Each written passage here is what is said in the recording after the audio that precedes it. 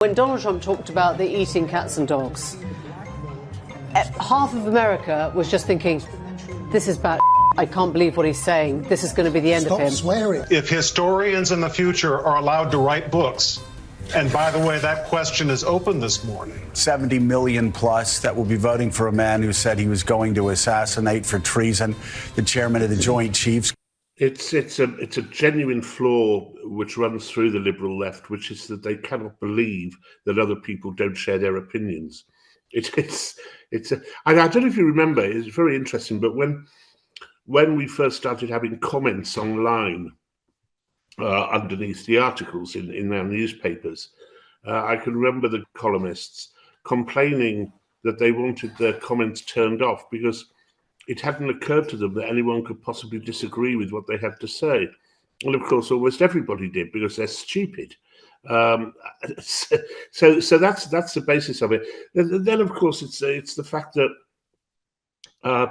they're largely lovies. I'm going to try to work out a mathematical formula which tells you how many votes an endorsement from someone like Taylor Swift or Jason Manford or Carol Vorderman will cost you if you get one and you're standing for election.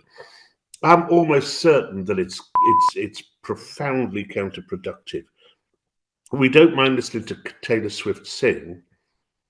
Well, I do actually, but generally we don't. But we don't want to. We don't take any notice of what these idiots are thinking politically. It's a bit like Gary Lineker with Match of the Day. You know, he's a brilliant presenter, and I enjoy watching him. But as soon as he opens his mouth about politics, I just think no. You know, I'd rather hear from Vincent Company than you, mate. You know, any day of the week. But that's it. They are wrapped up in their own self-importance, their own narcissism. They've long since forgotten what it's like to be an ordinary person who struggles with, household bills, is worried about immigration, etc., etc. They have no comprehension of that, and that I think is why the Democrats lost.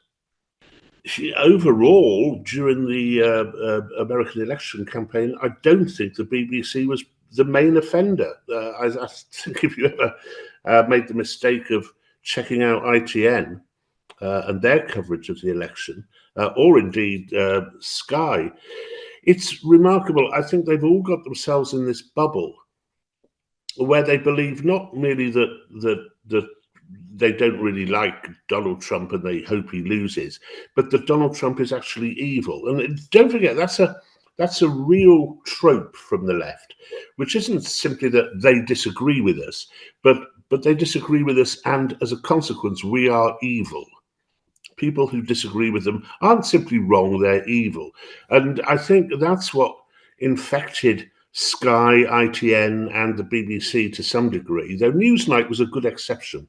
They actually think this isn't about politics. The usual political stuff doesn't play here at all. This is about good versus evil. And we should be in no doubt that we should be supporting good.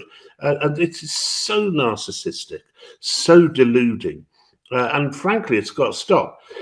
It happens in America even more so, of course. And there is a good case. Donald Trump didn't have the last election against Biden stolen from him in the way he thought. But it was certainly a rigged election in terms of the media coverage. That they prevented stories which were hostile to Trump running. It was remarkable. And that's what they do. It's what they do. The caring, gentle left, that's how they behave. You essentially started importing some of that sort of Trump-like behaviour into Britain when you were Prime Minister. His disregard for institutions, his disregard for the rule of law, his denialism, which I guess was mirrored in your response to the Privileges Committee, your response to the Parliamentary Standards Committee, your proroguing of Parliament. This is all Trump-like behaviour. That you imported to Britain. So there I obviously disagree profoundly. And the whole thing is asymmetric. They live in two different universes. They barely even... It's two different universes. So when Donald Trump talked about the eating cats and dogs, half of America was just thinking, this is bad. I can't believe what he's saying. This is going to be the end of him. Stop swearing. I've been telling I'm them. so sorry. I'm so sorry. I'm so sorry. I think Emily Maitlis is beyond redemption. I mean, she showed her bias in every single interview she did when she was at Newsnight, egregious bias, and was buttressed by the fact that, you know, she's got some Twitter followers who say, yes, you're right, Emily, you're right about everything. You're so right. Thank you for saying that, Emily. Oh, thank you. And that's the problem they all have. And it won't change. It won't remotely change. They are not like probably the rest of us, me certainly, filled with any sense of doubt. I doubt everything, you know. I have doubt in my own opinions. I have doubt in what I think is right, what I think is wrong. They have none. They have just certainty that everything they think is right, and it's an absurdity. Obviously, the right thing to do would be to try to report elections in an even-handed manner, but I don't think we have any chance of that. We had the choice between a prosecutor and a criminal, and we chose the criminal to be president of the United States. More than half of this country voted for the criminal who's planning to pardon himself for his crimes. I guess this election wasn't rigged. That's weird, though, right? I mean, he said it would be rigged. He said it was being rigged while people were in line voting. Isn't it remarkable that this time the fix wasn't in? Hey there. How are you doing? If you watch the show regularly, I'm guessing you're not doing great. Yes, either evil or dumb or both. Same as it was with Brexit. Exactly the same as it was with Brexit. And then they're shocked. But you would expect now, given that the populists are marching through Europe, that you know, pretty much every election which now comes up in Europe, it is always a swing, sometimes a wildly dramatic swing to the populists, whether they be the populists of the right or the left. It's the liberals who are being vanquished.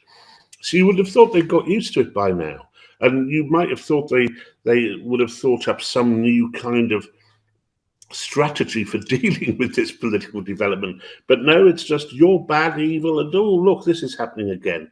It's remarkable. It's remarkable. I heard a woman, a very, very angry woman on Newsnight last night. She was a Democrat, and she just blamed the electors. The electors are wrong. They're stupid. That was it. They're stupid. Also, they're misogynist and they're racist. So it's very, very much like Brexit, if you remember. It's the same mindset. These people genuinely are ghastly, you know. Can't put it any other way. They have such a high opinion of themselves and such a low opinion of everybody else who lives on this planet. It's one of the great pleasures of our time, and it keeps coming around time and time again. Something happens that the left doesn't like, and they are insufficiently adult to accept it as a setback, and then to examine why it went wrong and how they could put it right. It's just a shrieking and a howling at the moon, and it's hilarious and great fun.